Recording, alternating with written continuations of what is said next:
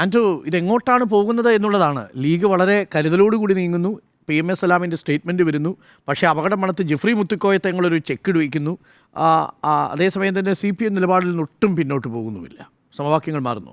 സമവാക്യങ്ങൾ മാറുന്നു എന്ന് ചോദിച്ചാൽ ആ കട്ടിൽ കണ്ട ആരും പനിക്കണ്ട എന്നുള്ളതാണ് എൻ്റെ ഒരു അഭിപ്രായം. കാരണം 30 വർഷത്തെ പാരമ്പര്യ ബന്ധമാണ് CPM-ഉം AP അബൂബക്കർ മുസ്ലിയാരും തമ്മിലുള്ളത്. അവർ തമ്മിലുള്ള ബന്ധത്തിൻ്റെ കാഠിന്യം പറഞ്ഞാൽ സമസ്തേന ലീഗിൻ്റെയോടുള്ള വിരോധം കാരണം പിളർത്തി വന്നിട്ട് രാഷ്ട്രീയ അഭയം കൊടുത്ത പാർട്ടിയാണ് CPM.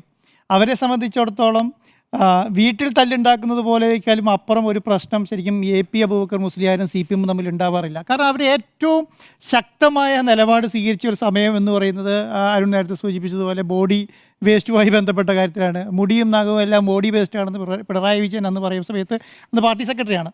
പാർട്ടി സെക്രട്ടറി ആകുമ്പോൾ ശക്തമായ നിലപാടാണെന്ന് തിരിച്ചത്. അപ്പം എന്ത് സംഭവിക്കുന്നതെന്ന് അറിയോ? നമ്മൾ എല്ലാ പ്രാവശ്യവും അന്നേരം ലീഗ് ഓടി വരും.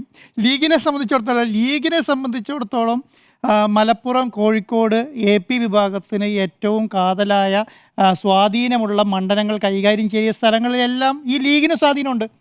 അവിടെ ഇവർ രണ്ടും ഒറ്റക്കെട്ടായി നിൽക്കുകയാണെങ്കിൽ വലിയ രീതിയിലുള്ള മാറ്റങ്ങൾ ചില മണ്ഡലങ്ങളിൽ സാധിക്കാൻ പറ്റും. അതുകൊണ്ടാണ് ഈ AP എന്തെങ്കിലും പറഞ്ഞാൽ അന്നേരം ലീഗ് വന്ന് സപ്പോർട്ട് ചെയ്യുന്നത്. പക്ഷേ APയുടെ മനസ്സിലെപ്പോഴും മുസ്ലിയാരുടെ മനസ്സിലെപ്പോഴും ഉള്ളത് ലീഗ് വിരോധം തന്നെയാണ്. അതാണ് എപ്പോഴും അദ്ദേഹം ആ ശൈലിയിലേക്ക് വരിക.